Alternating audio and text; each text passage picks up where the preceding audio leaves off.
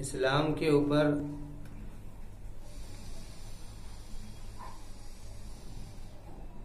جتنی بھی ریسرچیں ہوئی ہیں اور اسلام کو لے کر کے جتنے بھی لٹریچر تیار ہوئے ہیں ان میں اکثر تحریروں میں مخالفت زیادہ ہے.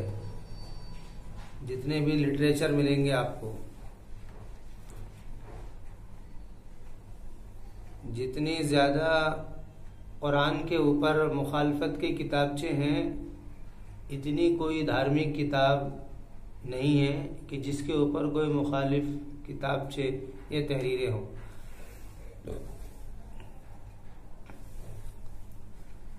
ابھی حال ہی میں ایک بات چل رہی ہے، سوشل میڈیا پر بھی بہت زیادہ اس کا زور ہے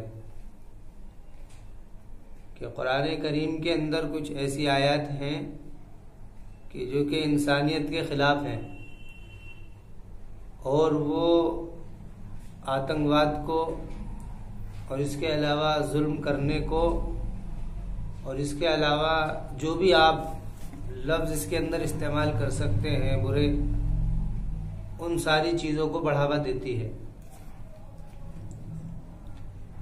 اور یہ ایک دو آیتیں نہیں ہیں بلکہ اس کے لیے تقریباً 24 آیتوں کا ذکر ہے.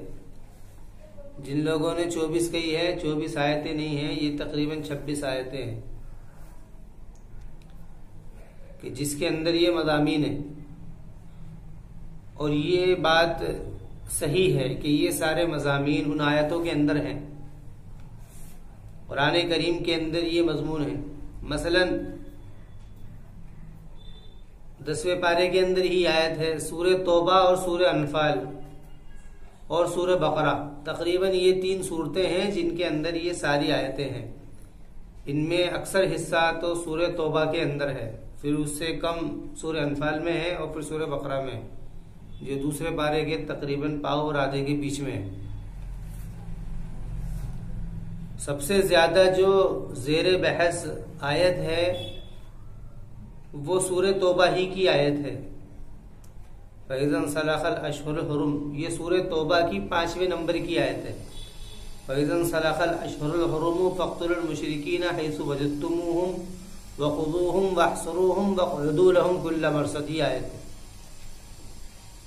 جس کا ترجمہ یہ ہے کہ جب اشہر حرم گزر جائیں اور حرمت والے مہینے گزر جائیں تو مشرکین کو جہاں پاؤ وہاں قتل کرو. فَاقْتُلُوا الْمُشْرِكِينَ حَيْثُ وَجَدتُّمُوهُمْ وَخُذُوهُمْ وَاحْصُرُوهُمْ، ان کو پکڑو، ان کا محاصرہ کرو.